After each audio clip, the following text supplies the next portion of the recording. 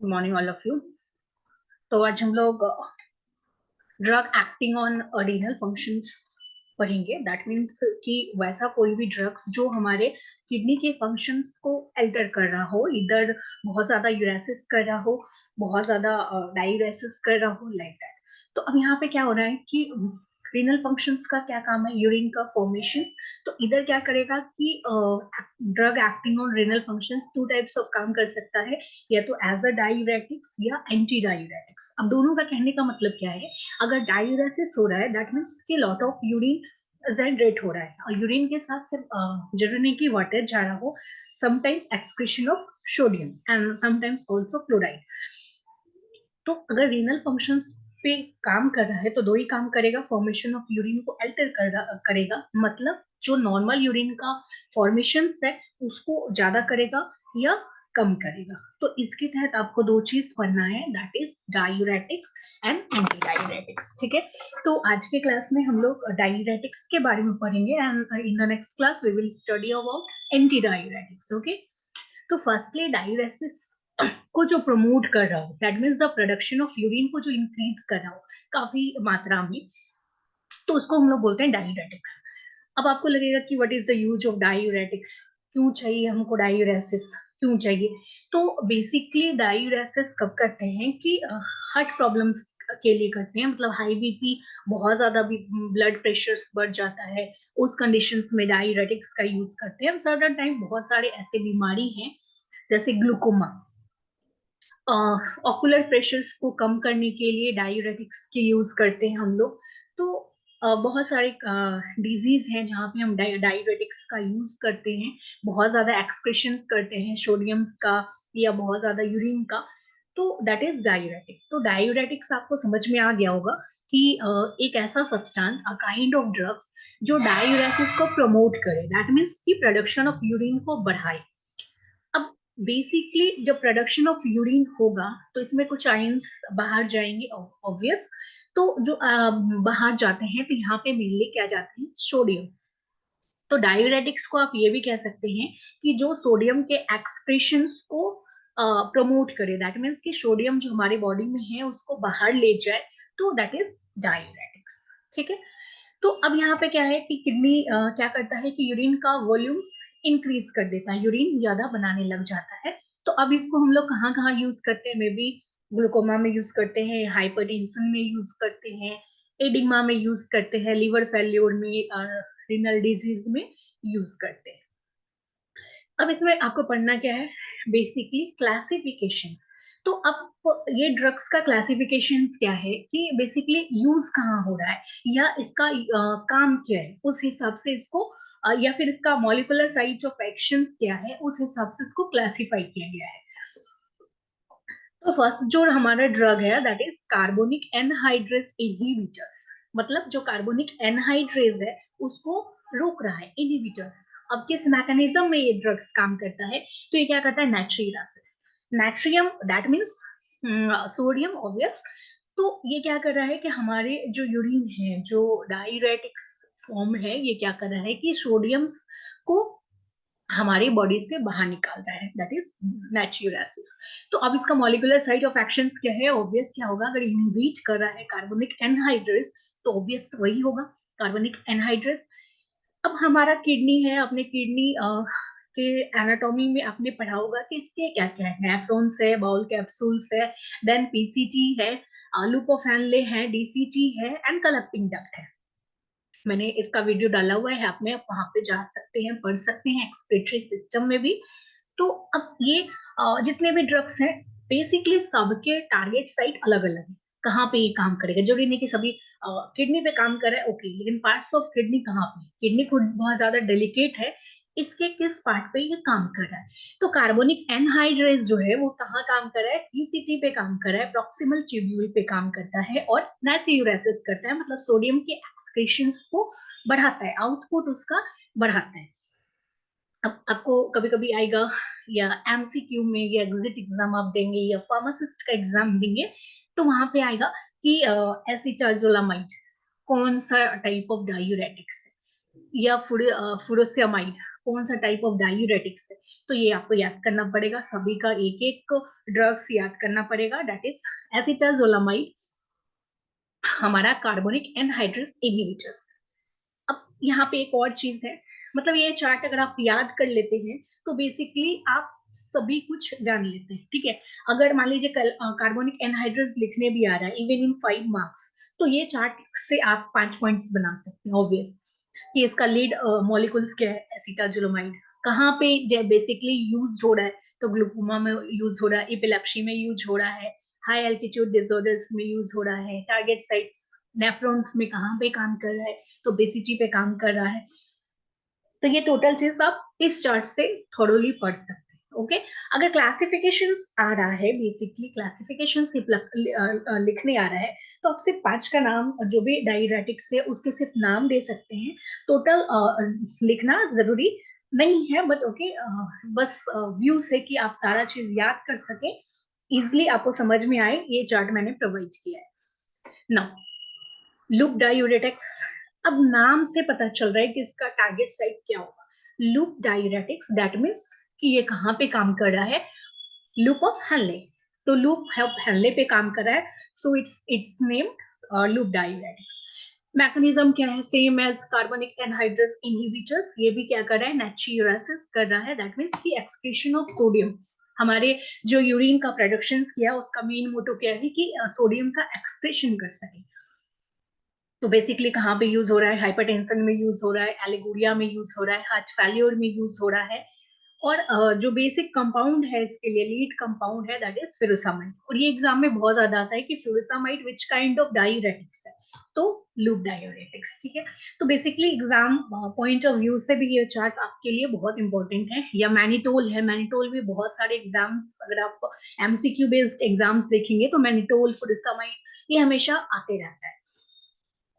तो उसके बाद आता है ऑस्मोटिक डायूरेटिक्स। तो ऑस्मोटिक डायूरेटिक्स नाम पता चल रहा है क्या कर रहा है, something related with osmosis.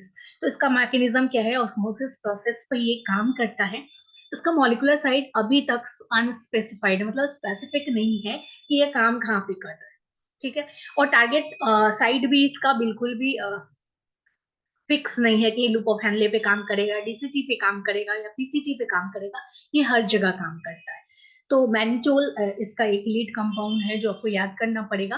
Next, ये यूज कहाँ पे होता है, रिनल फेल्योर में हो सकता है, एडिमा में हो सकता है, ग्लूकोमा में हो सकता है।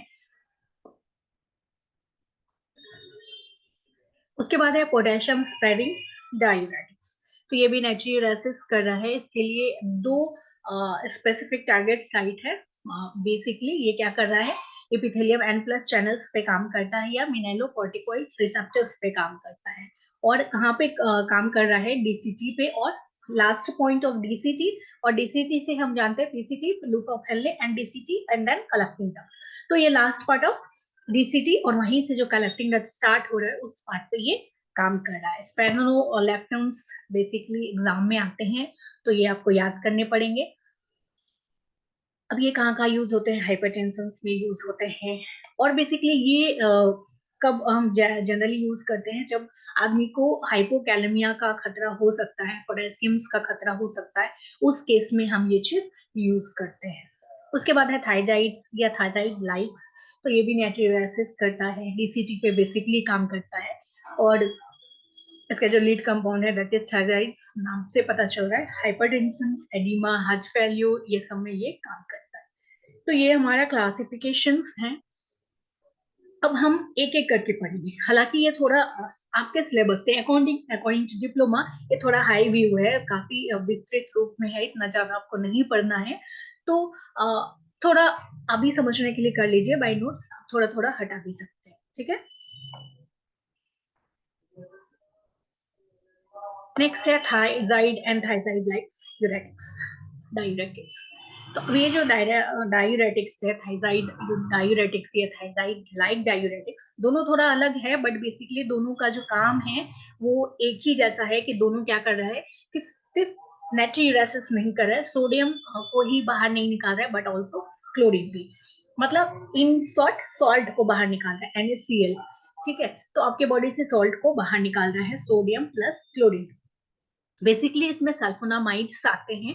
तो अब ये सल्फोनामाइड्स अब ये क्या कर रहा है कि हमारा जो डीसीटी है, जहाँ पे रीअब्जॉर्प्शन होना है सोडियम या क्लोराइड्स का, वो नहीं करने दे रहा है, मतलब वो रीअब्जॉर्ब्स नहीं करने दे रहा है, उसको सीधा फ्लश आउट कर रहा है यूरिन में। ठीक है, तो अब ये बेसिकली क्या किया, तो सोडियम्स को मूव किया क्लोरीन के साथ, जिससे हमारा इलेक्ट्रिकल न्यूट्रलिटी बना रहे और सोडियम और क्लोरीन जो है एक्सक्रीट आउट हो जाए हमारे यूरिन में। मतलब मैकेनिज्म ऑफ एक्शन क्या है, सोडियम को बाहर निकालना विथ अलोंग विथ क्लोरीन, मतलब दैट मीन्स कि NaCl टोटल बाहर निकालना। ठीक है, अब ये जो है हमारा थाइजाइड लाइट, ये थोड़ा, जितने भी डायूरेटिक्स के फॉर्म है या even more than loop diuretics, ये थोड़ा माइल्डर फॉर्म है। इसको जनरली हम लोग एसेंशियल हाइपरटेंशन जब होता है तो उसके मैनेजमेंट के लिए फर्स्ट लाइन ड्रग्स है। दैट मीन्स कि क्या होता है कि मान लीजिए कि हाइपरटेंशन में सोडियम्स के इंटेक्स को हम लोग बोलते हैं कम करने के लिए, लेकिन बहुत ज्यादा अगर फर्स्ट लाइन है, मतलब बहुत ज्यादा है, तो हम लोग क्या करेंगे, जो बॉडी में है तो उसको भी हम लोग सोडियम सॉल्ट्स को बाहर करते हैं, कट ऑफ भी करते हैं हम अपने इसमें। उसके बाद है अब कॉन्ट्राइंडिक्शंस क्या है, इसके एडवर्स इफेक्ट क्या है या डिमेरिट्स क्या है। तो ये क्या करता है, एलर्जिक है, लूप डायूरेटिक्स के साथ अगर यूज कर रहे हैं तो ये एलर्जिक हो सकता है। ये हमारे बॉडी में फ्लूइड और इलेक्ट्रोलाइट को इम्बैलेंस कर सकता है, क्योंकि ये बेसिकली क्या करता है, हमारा बॉडी एक बैलेंस वे में काम करता है, लेकिन जैसे ही हम सोडियम और क्लोरीन को बाहर निकालेंगे फोर्सफुली, क्योंकि यहाँ पे फोर्सफुली ही हो रहा है, दवाई काम कर रहा है, बाहर निकल रहा है, तो इम्बैलेंसमेंट होगा ऑब्वियस फ्लूइड एंड इलेक्ट्रोलाइट्स का। और ये बहुत सारे जो प्रोसीजर है हमारे बॉडी में, बम्बार्डमेंट है या जो भी है, उसको डिसबैलेंस करेगा। हो सकता है इस एक काम से मे बी रीनल फेल्योर हो जाए, या ग्लूकोज टॉलरेंस इन एबनॉर्मलिटीज हो जाए, डायबिटीज मेलाइटस हो सकता है, गाउट हो सकता है, लिवर डिजीज, ये सब इसका कॉन्ट्राइंडिक्शंस है। ओके, नेक्स्ट है loop diuretics. As per name, ये हम लोग इसको हाई सेलिंग डायूरेटिक्स भी कहते हैं, क्योंकि इसका जो डायूरेसिस करने का जो प्रक्रिया है ये काफी ज्यादा है, बहुत तेजी के साथ डायूरेसिस ये करता है लूप डायूरेटिक्स। और एज पर नेम ये कहाँ पे काम कर रहा है, लूप ऑफ हैनले पे।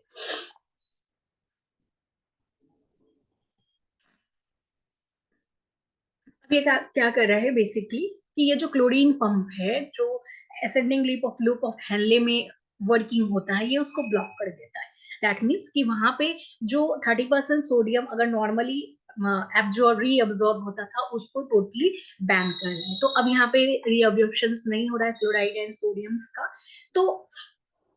तो ये क्या कर रहा है कि यूरिन को रीच कर रहा है सोडियम से, मतलब उसको सीधा फ्लश आउट कर रहा है हमारे यूरिन में। तो अब इसका यूज कहाँ है, तो हार्ट फेल्योर में यूज करते हैं, एडिमा के केसेस में यूज करते हैं, जब बहुत ज्यादा डायरेसिस की जरूरत है, क्योंकि हम लोग इसको हाई सेलिंग डायरेसिस बोल रहे हैं लोग को, मतलब बहुत इंस्टेंट हमको डायरेसिस चाहिए और बहुत मात्रा में हमको डायरेसिस चाहिए, तब हम इसका यूज कर सकते हैं। उसके बाद रीनल फेल्योर्स में हम लोग यूज कर सकते हैं, और भी कहीं कहीं यूज करते हैं एडिमा के केसेस में, मतलब फ्रिक्वेंटली आपने जो भी देखा है कि कहाँ का यूज करते हैं, तो वहां पे हम इसको यूज कर सकते हैं। अब इसका कॉन्ट्राइंडिकेशंस क्या है, कि ये थाइजाइड्स और sulphonamides both are same things, तो उससे ये एलर्जिक है, सो हाइपर सेंसिटिविटी रिएक्शंस में ये चीज जा सकता है। और कुछ एडवर्स इफेक्ट भी है, जैसे कि CNS पे इसका डिजीनेस प्रभाव दे सकता है, CVS पे हमारा कार्डियोवास्कुलर सिस्टम पे हमारा हाइपोटेंशन दे सकता है। हाइपरटेंशन फूड कम कर रहा है, बट बहुत तेजी के साथ अगर कम कर रहा है तो वो हाइपोटेंशन में जा सकता है, GI अपसेट हो सकता है, हाइपोकैलेमिया हो सकता है, पोटेशियम भी समटाइम्स प्रेसिपिटेट आउट कर सकता है। Next one is carbonic anhydrase inhibitors. तो ये थोड़ा माइल्ड डायूरेटिक्स है, और डायूरेटिक्स के बारे में एक क्या चीज है कि मे बी वो बच्चों में काफी कम डोज में लगेगा। दूसरा क्या है कि प्रेग्नेंट वुमेन पे बेसिकली जनरली सेफर नहीं होता है। उसके बाद अब ये क्या कर रहा है, पहला तो कार्बोनिक एनहाइड्रेस इनहिबिटर है, दैट मीन्स कि ये एंजाइम्स कार्बोनिक एनहाइड्रेस को इनहिबिट कर रहा है। ठीक है, और ये जो कार्बोनिक एनहाइड्रेस है ये बेसिकली कैटलिस्ट है इसके लिए, सोडियम बाइकार्बोनेट के फॉर्मेशन के लिए। तो उसको ही रोक रहा है, मतलब सोडियम बाइकार्बोनेट नहीं बनेगा।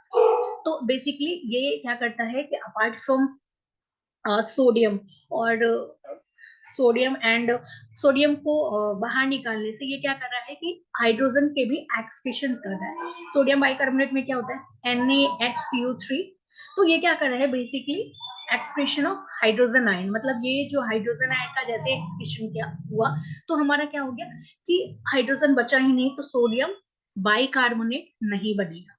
तो अब जैसे ही सोडियम बाइकार्बोनेट नहीं बनेगा तो हमारी बॉडी में सोडियम कम हो जाएगा एंड हाइड्रोजन भी कम हो जाएगा।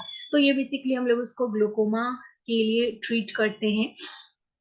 ये क्या करता है कि जनरली हमारा जो प्रेशर है, ओकुलर प्रेशर, उसको कम करता है बेसिकली।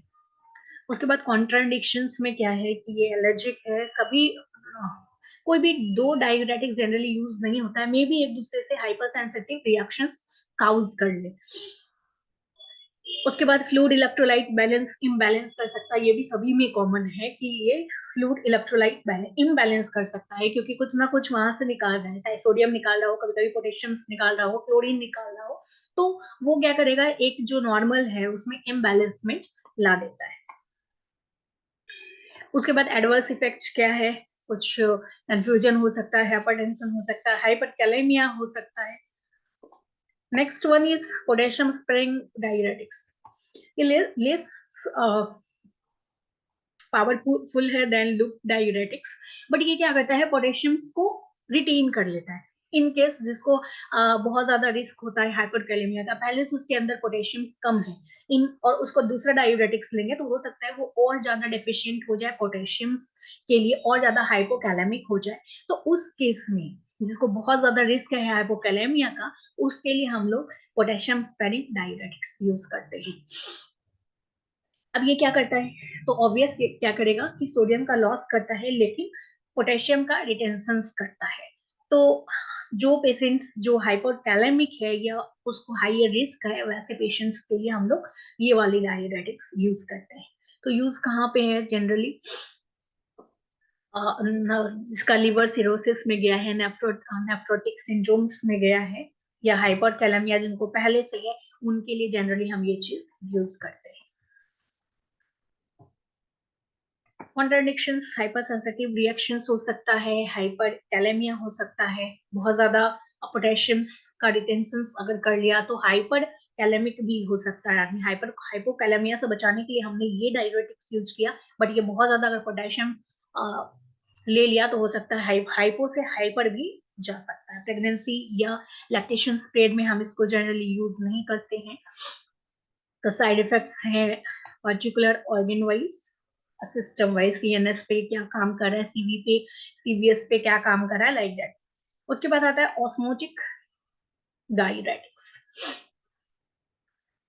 अब यहाँ पे क्या हो रहा है कि ऑस्मोटिक डायरेटिक्स क्या कर रहा है कि ये वाटर्स को रिनल ट्यूब्यूल्स में जा रहा है विदाउट लॉस ऑफ सोडियम। तो अब इसके लिए बहुत ज्यादा डायरेटिक्स हमारे पास अवेलेबल नहीं है। Only diuretics used is mannitol, mannitol ही बस हम यूज कर रहे हैं।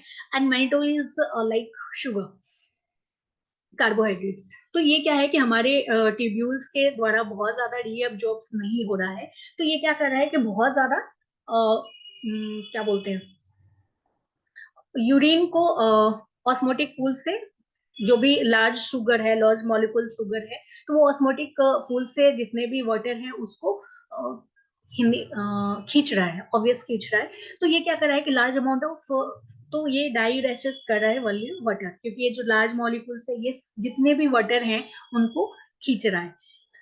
अब इसके जो यूज्ड है वो कहाँ पे हम लोग करते हैं कि हमारा जो ऑकुलर प्रेशर है ग्लूकोमा के केस में उसको रिड्यूस करने के लिए, या शॉक लगा हो, ओवरडोज हो, या ट्रॉमा के केस में जहाँ पे हमको इम्बैलेंसमेंट नहीं चाहिए, कोई भी चीज की इम्बैलेंसमेंट नहीं चाहिए, दैट मीन्स कोई भी इलेक्ट्रोलाइट की इम्बैलेंसमेंट नहीं चाहिए, जहाँ से फ्लूइड का एक्सक्रीशन होना चाहिए, उस केस में हम लोग ऑस्मोटिक डायूरेटिक्स का यूज करते हैं। अब ये कॉन्ट्रडिक्शंस क्या हो सकता है, रीनल डिजीज हो सकता है, प्रेगनेंसी के यूज में नहीं कर सकते हम, डिहाइड्रेशन काउज कर सकता है क्योंकि वाटर का बहुत ज्यादा आउटपुट हो रहा है, हार्ट फेल्योर कर सकता है।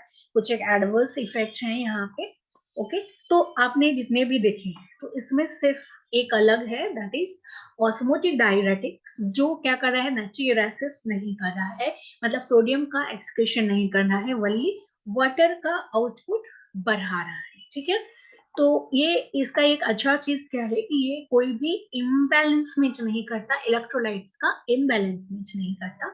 तो ये हमारा डायूरेटिक्स पूरा कंप्लीट हो चुका है। नेक्स्ट हम लोग एंटी डायूरेटिक्स पढ़ेंगे, इसके जस्ट अपोजिट। ओके, तो अगर कोई क्वेश्चंस है तो आप क्वेश्चंस पूछ सकते हैं।